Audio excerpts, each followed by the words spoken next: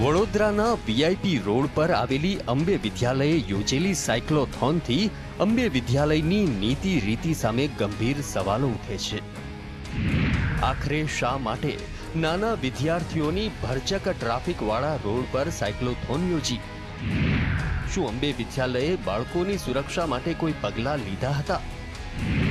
શું અંબે વિદ્યાલયે આ પ્રકારની સાયક્લોથોન યોજવા કોઈ પરવાનગી લીધી હતી? શાળા સંચાલકોએ એ કેમ ન વિચાર્યું કે કોઈ અકસ્માત બનશે તો? શું શાળા સંચાલકો માસૂમના મોતની જવાબદારી સ્વીકારશે? જે રીતના ગંભીર સવાલો અંબે વિદ્યાલયના સંચાલકો સામે ઉઠી રહ્યા છે, તેવા જ ગંભીર સવાલો વાલીઓ માટે પણ છે।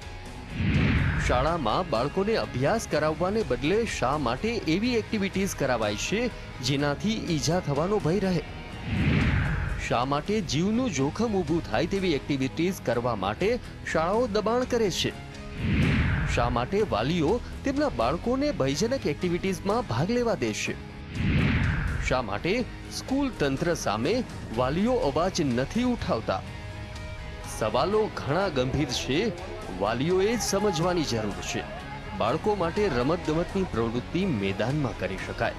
રસ્તા પર એક્ટિવિટીઝ મોતને આમંત્રિત કરે છે, તે આ ઘટના પરથી સાબિત પણ થયું છે। જેથી વાલીઓએ જ તેમના વહાલ સોયા સંતાનો માટે શું નિર્ણય કરવો તે નક્કી કરવું હવે જરૂરી બની ગયું છે। રૂપેશ ચોકસી, GSTV, વડોદરા।